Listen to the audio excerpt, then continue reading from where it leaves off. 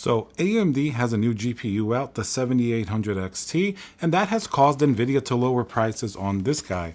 This is the 4060 Ti, specifically the 16 gigabyte, as you can see over here. Now, this had an MSRP of $499, which nobody was very happy with because simply a 4060 Ti for $500, even with 16 gigabytes of VRAM, that's still asking a whole lot. And remember, the regular 4060 with only 8 gigabytes of VRAM is $399. That GPU should have been relegated to some other, 4050 or what have you, because really, we should have started at $399 at 16 gigabytes. But anyway, what we have now is a 16 gigabyte 7800 XT.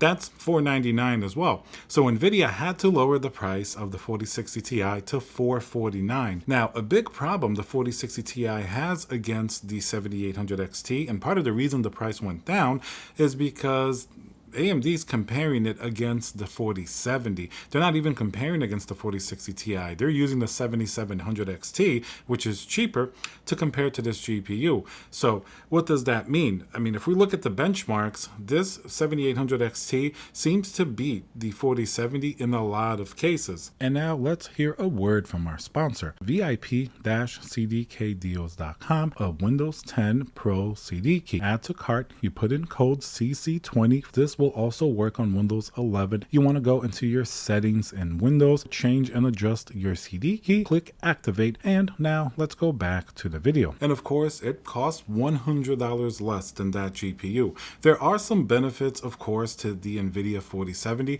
You're going to have much better efficiency. The 7800 XT is definitely going to be a lot more power hungry, so the 4070 is going to win there. Then obviously you have DLSS 3 and ray tracing. That's going to be another area where Nvidia is still dominant. Until we see FSR 3 from the AMD GPUs, we don't really have anything that's going to compare to the type of performance we see with DLSS 3. But with that new HyperRX that AMD has, who knows, maybe they can catch up on the software side. It hasn't really happened yet, but we really have to wait and see what's going to happen on that front.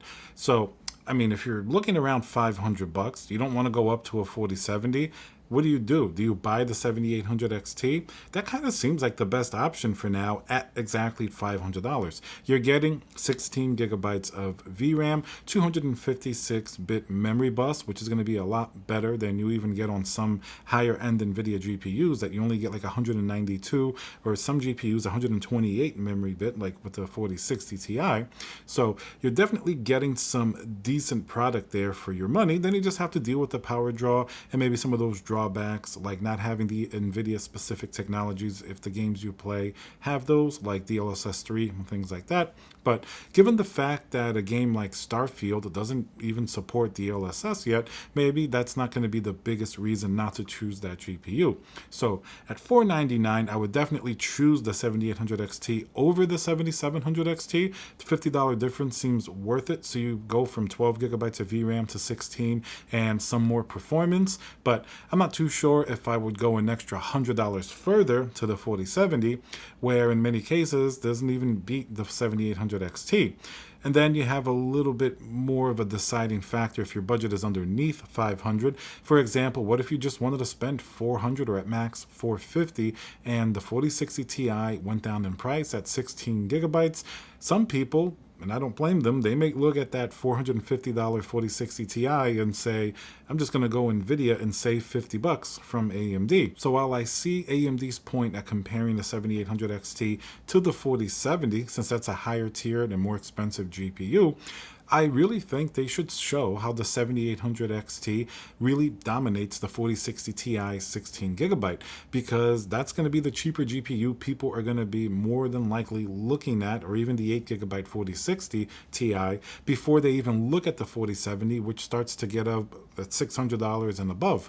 So they kind of have to show that the 7800 XT, obviously if it beats the 4070, it should beat the 4060 Ti 16 gigabytes fairly easily, but I just hope that they they push that a little bit more, because then it'll really take a lot of, doubt out of the equation. And a lot of people that were going to buy a $450 4060 Ti would then probably sensibly buy a 7800 XT, which may come in at around $499.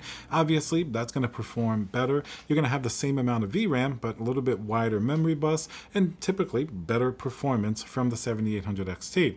So I think they should market it down and try to beat the 4060 Ti rather than maybe stretch it and go for the 4070. But we'll kind of see what happens. The AMD marketing is always a little bit funny at times. It's never been the most effective right away, so we'll see what happens with that GPU.